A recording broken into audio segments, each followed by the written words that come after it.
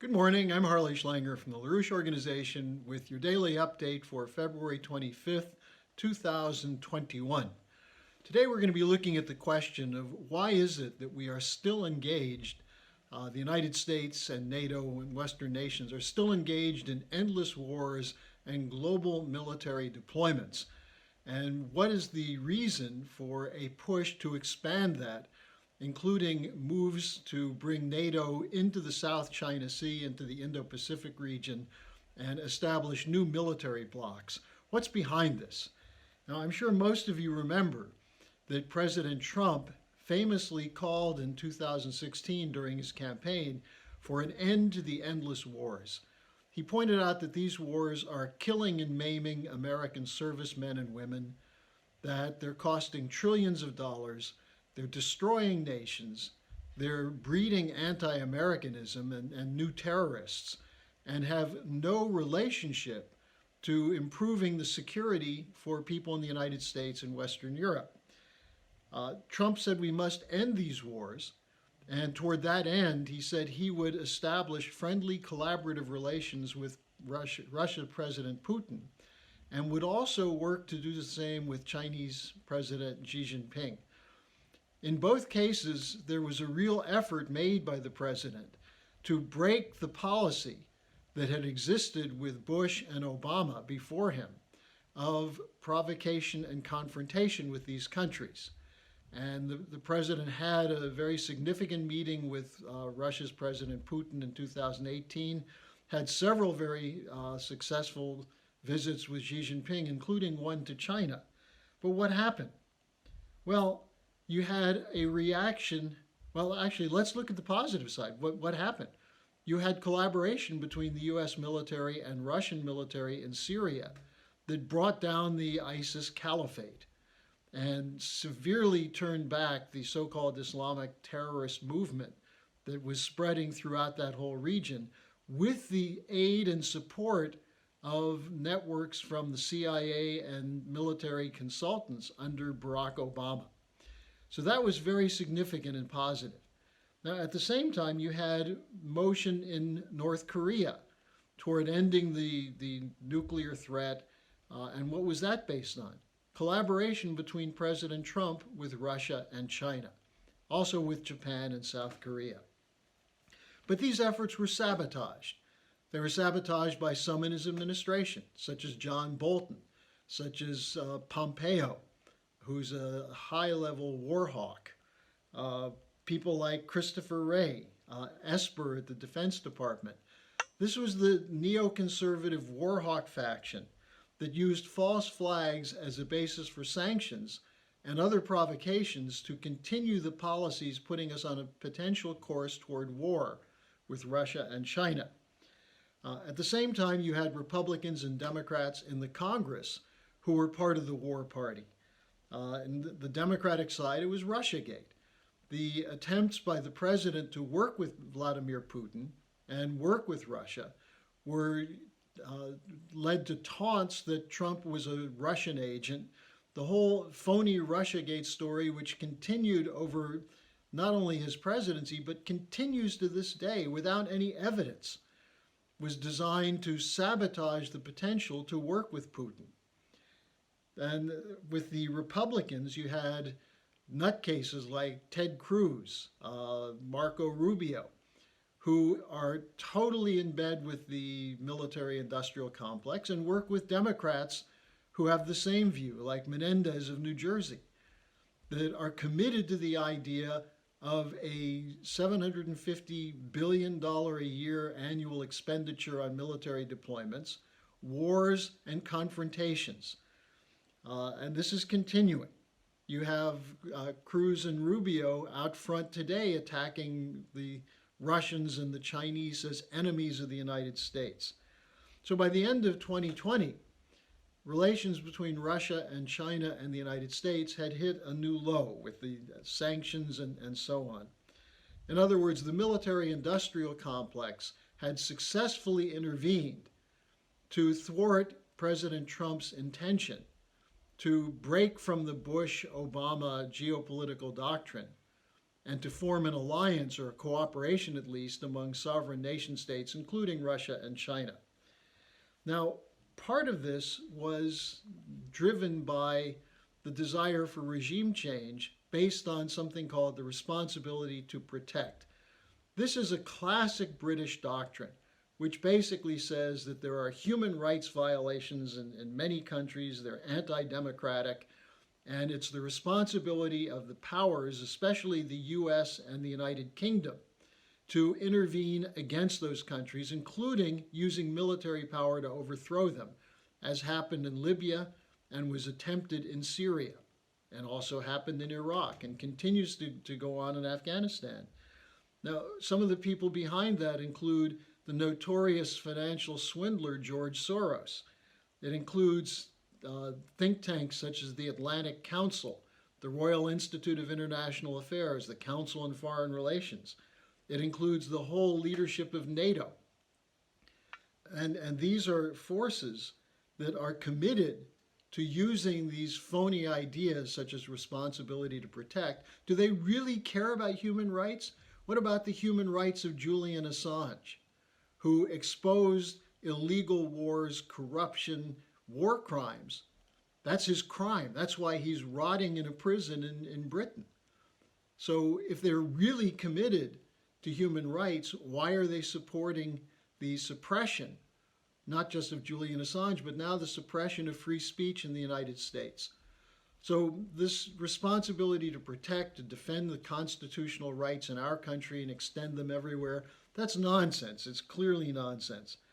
But there's something bigger afoot here, which is that underlying the whole deployment militarily is the instability of the financial system. The fact that, as I went through yesterday, and I'll cover more next week, we're facing a headlong rush to a possible either hyperinflationary collapse or a series of domino bankruptcies that will lead to a deflationary collapse. This is an inevitable result of the policies of the global bankers of the last years of trying to get out of the 2008 crash by printing money, by extending huge volumes of credit into the speculative economy, not into the real physical economy. Now, as this is continuing, they're moving to a new phase, represented by the Davos plan for a great reset, combined with the Green New Deal. This is to put the total control of economics and financial policy in the hands of the biggest banks in the world, and I should say the biggest bankrupt banks in the world, who will operate through central banks to not just control credit and currency, but to control spending. That's what the Great Reset of Davos is all about. And it's directly combined with the basis of a new bubble, which is called the Green New Deal or the Green Financial Policy, which will cut off funding for physical economic production, cut off lending to companies that have a so-called carbon footprint, and instead produce new speculative ventures in carbon taxes and carbon set-asides and so on. Now, that's the policy that is combined with the war policy to keep the world on a course toward control by these global cartels and global establishment. Now, China and Russia don't support this. That was clear from the speeches of Putin and Xi Jinping at Davos. In the case of Xi, he may have said, yes, China supports clean environment and moving against carbon, but then he asserted that China is going toward a 50-50 mix in the near future of electricity production from coal and nuclear, which is hardly the Green New Deal. And Putin mocks openly the anti-scientific view of the Green New Deal. That's why Russia and China are hailed as enemies, not because of allegations of human rights violations in their countries against the likes of Navalny and Uyghur terrorists, not because of Russian intervention in Ukraine. All of that was provoked by the coup that was run by the United States in Ukraine. So the question now is, what will the Biden administration do? On the one side, you have people like Tony Blinken, the Secretary of State, Victoria Nuland, I think the number 3 person in the State Department, a number of other people still there from previous administrations, loyal to the likes of Brennan and Clapper and the worst of the war hawks. Well, they're still there. They're still making provocative statements against Russia and China. So you have the neocons and the war hawks from the leftovers of Bush and Obama still in. They were still in, by the way, many of them, the Trump administration, and now they're again in the Biden administration. However, we're seeing some small signs of a possible change. Let's not make too much of this yet, but let's look at it and see if there's a potential to intervene to encourage this. One example was Biden's speech at the Munich Security Conference, where he said we must not go back to the Cold War, and he said every nation has a right to choose its own path. Well, that's what President Trump said in his UN General Assembly address in September of 2019, when he said all nations have a right to sovereign development. There's also indication that the Biden administration may not pursue more sanctions on the Nord Stream 2, which is an extremely important policy. The gas from Russia, natural gas and oil from Russia to Europe, that was subject to sanctions under Pompeo, maybe they're going to hold back on that.